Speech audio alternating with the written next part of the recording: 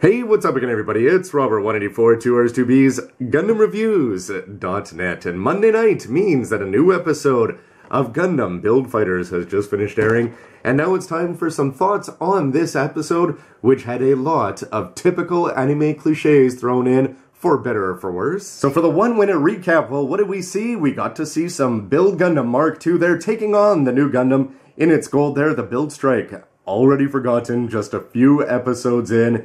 We got to see some more from PPSE and Rambo driving them all as they get ready to go off to the next stage and, more importantly, stay in a traditional inn. Lots of humor happening all over the place as we get to see Mao again, and all of a sudden for the drama in the middle of the episode, bang! A car is going to drive into the front of the ryokan, and all of a sudden they're going to lose their business, except for a girl who says trust Mao, who says trust Reiji, who says trust Sei, and all of a sudden things are all going to be worked out on the Gunpla battlefield, as you'd like to think all battles in real life could be done. And just when you think it's going to be a big Zam or something more Dazzle appropriate, the Absolus 3 makes an appearance. And even I-Fields can't stop Mao, Reiji, and Sei from working all together. And in the end, even though Reiji doesn't get his fight with Mao, you know that it's going to be coming up at the appropriate time in the tournament. Rambo approved, and the fact that they made some friends along the way meant that overall it was a fun episode, although definitely with its cheesecake moments. It's time for the Of the Weeks, and I've got M here again. Good to see you. Yeah, good to see you too. Alright, so who was your favorite character this week? Every time I see Mao shows up, I'm really crazy about him. But this week, I really want to vote for Dazzle. Tatsu. Yeah. You know what? Yeah, when he showed up, I did not expect that at all. And, yeah. And they did so many things right in terms of it. Except right. He shouldn't outrank Rambo. That was the funny part. But Rambo, right. Everybody respects him, so he gets to win by default there. Yeah. So actually, I like him because he was like typical Gundam enemies. He was doing some bad things at the beginning, but at last, he just kept his word. And yeah, there's a little bit redeemed himself. Yeah. Perhaps at the prompting of Rambo. Right, and it makes him more or less like Gato or somebody like that. The thing is, what about Dazzle back in the original show? He was pure evil at the end, or so we thought, besides his daughter and some other things. Yeah, but he was like pure bad guy, but not really like some strategic ones like Char or somebody else. Yeah. So for that part, I like him. Well, for me this week, there was lots of good characters. I liked the fact that Sei jumped in front of Reiji. Reiji was ready to go rage his proper way, and Sei jumped in there. China-chan was cute at the beginning, but I'm going to go with the gratuitous bikini beach scene with Rinko. And anytime you add that, there's always going to be some happy fans out there in this world. But I thought everybody had a good chance.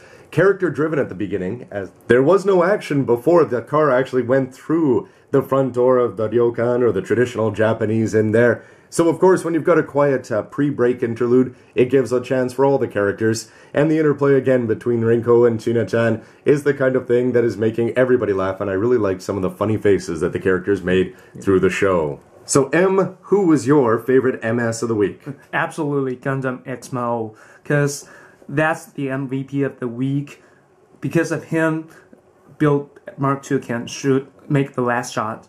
Which was great, and I've got to say that that's a little bit of a surprise for me. We've already seen Mao fight against the good guys, protagonists, but all of a sudden we've got a team of 3, but how often does this happen, that you introduce a new lead? I still haven't built the high grade yet. That's coming very soon. But instead, the Mark II was not that exciting at the beginning, and for whatever reason, the DX in full action after we've seen the Mao should have been more exciting, but even with its gold recolor and 12 bits, that number not being an accident, the DX at the beginning, I think the wrong colors was a real, it wasn't particularly memorable, and the fact that the Build Gundam Mark II got overshadowed by the Mao just so goes to show how to what lengths they're trying to show how useful these friends are going to be, as I'm sure they're going to be helping each other out as the show moves on. Yeah, and especially it's the part of the satellite canon works.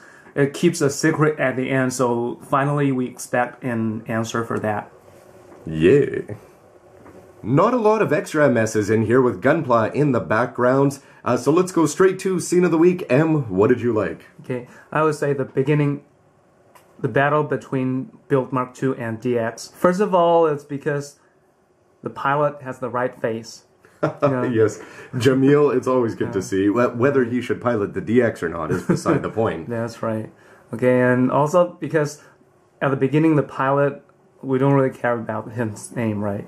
Anyway, he said that, like, the battle depends on the quantity but not quality. But just right after that moment, Rage said that you're wrong.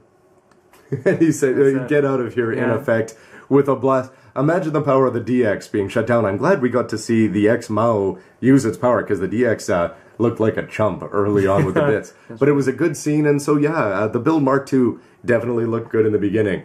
For me, though, I've got to say, in terms of scenes, it wasn't so much one that stood out for me, as much as it's just all the humor, and every single time they go back to the original ones, the new Gundam is not a toy, as they'll reappropriate for another Gundam. Seishun and talking about youth and all these hilarious things. Rambo Rao bringing out all of his lines, being a devil for Dazzle. There's just every single sentence in terms of humor is bringing us back somewhere else. And every time they say any variation of something, agare is just going to be hilarious for everybody. But for me, scene of the week is going to be silly. Yes, Rambaral driving a car, blushing, the mum laughing, making eyes at China-chan, and then Reiji getting a well-deserved slap, because anytime they give us a gratuitous beach bikini scene, especially with a mother out there like Rinko, well, that's bound to happen, and they played it up for laughs, and that's the thing I think I'm going to remember most about this episode. Absolutely. All right, so for some final thoughts, this episode was a little bit slow at the beginning, character building, and then the action.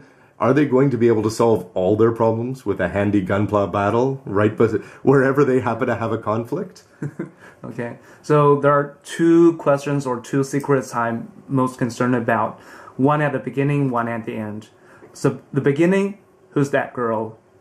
In the car. Yeah, and which mobile suits will she have? Maybe the Kubelay? Yeah, you think so, from the opening. Very possible. That's right, and the other one at the end, we know that Akira changed his name to Kawaguchi, which is the name of one of the best gunpla meisters out there, the pro shop man himself. That's right. Kawaguchi, that was pretty funny actually up there. So lots of questions going forward. Mao and the relationship with Misaki-chan and of course his master and everything like that. It looks like they're going to be putting together a group of friends. What are we going to see? PPSE, what is their role in all this? Lots of questions going forward, and hopefully lots of laughs along the way. For whatever reason, despite the fact this episode had the most in real-world consequences in terms of losing the business and things like that, it didn't feel all that dangerous. And in the end, the fact that Dazzle had some honor in him, a little surprising maybe, but in the true Gundam sense, there's a lot of Zeon fans writing this show, and they want them all to look pretty good at the end. Well, anyway, lots of good MSs, good battles, and I can't wait to see where they're going to keep going from here. Will the Build Gundam Mark II shine even more? And are we finished with Gundam X? Who's next week? I can't wait to find out. Em, thanks for being here. Thank you, everybody. See ya. See ya. Well, it looks like Rinko-san has been cast in Lego form. This clothing being pretty appropriate for some portions of the episode, not so appropriate for others.